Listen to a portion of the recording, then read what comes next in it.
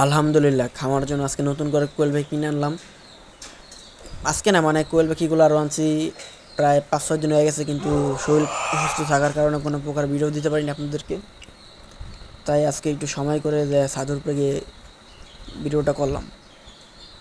তো এই যে কোয়েল পাখি আমি মোট 500 টাকার কোয়েল পাখি কিনছি, মানে 500 টাকার 15টা।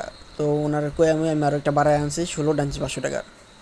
16টা আনার পরপরই মানে সাদা কোয়েল পাখি ছিল 2টা, তো একটা মারা গেছে, আরেকটা ছিল ইয়া কালার, মানে লোকাল যে কালারটা ওই কালার ছিল একটা। এখন যে লোকাল কালার এটা আবার নিচে পড়ে গেছিলো গা, খাঁচার থেকে বাইর হয়ে গেছে, বাইর হওয়ার পরে ওটাকে আর খুঁজে পাইনি গা। তো এখন বর্তমানে 14টা আছে পাখি।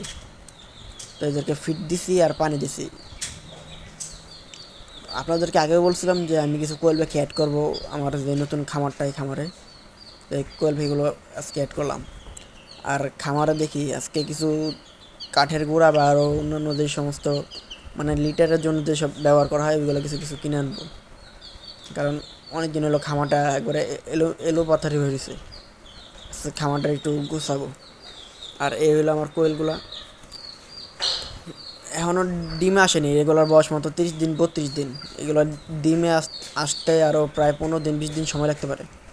সমস্যা নেই, যখনকায় ডিম আসবে বা ডিম পারবে সকল আপডেট আপনাদেরকে আমি দিব। মানে যে কাঠের গোড়া দিছি কিছু, এখানে কাঠের গোড়া দেওয়ার পর সব কোয়েলগুলো কাঠের গোড়ার উপরে শুয়ে আছে। আচ্ছা, আসসালামু আলাইকুম।